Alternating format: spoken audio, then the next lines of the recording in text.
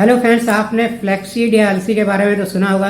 इसे काफ़ी न्यूट्रिशियस और हेल्दी माना जाता है और देखा जाए तो इसमें फैट कंटेंट काफ़ी ज़्यादा होता है, जिसके कारण इसका तेल भी निकाला जाता है।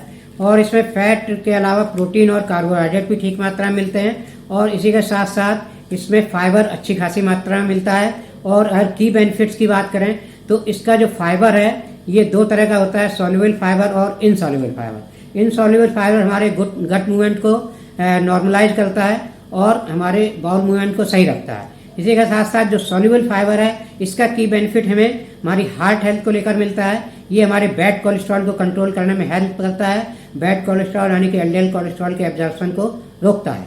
और दूसरा जो की बेनिफिट मिलता है इसका वो हमें मिलता है ओमेगा 3 फैटी एसिड के कारण। एसेंशियल फैटी एसिड ओमेगा 3 जो फ्लैक्सीड में पाया जाता है ये एएलए के फॉर्म में पाया जाता है। और इसका चैलेंज थोड़ा सा ये होता है कि जितना टोटल एएलए हम ले रहे हैं वो टोटल एएलए का ओनली 6 to 7% पार्ट ही हमारे एक्चुअल ओमेगा 3 में कन्वर्ट हो पाता है बॉडी में।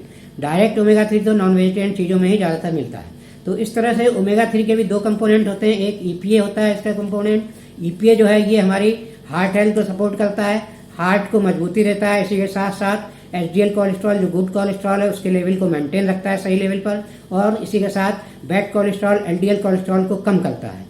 तो इस तरह से ये हार्ट हेल्थ को सपोर्ट करता है। और ओमेगा 3 का जो दूसरा कंपोनेंट है डीएचए वो हमारी ब्रेन हेल्थ को सपोर्ट करता है। ब्रेन हेल्थ के लिए बहुत अच्छा होता है क्योंकि ब्रेन का लगभग 70% पार्ट ओमेगा 3 फैटी एसिड का ही बना होता है।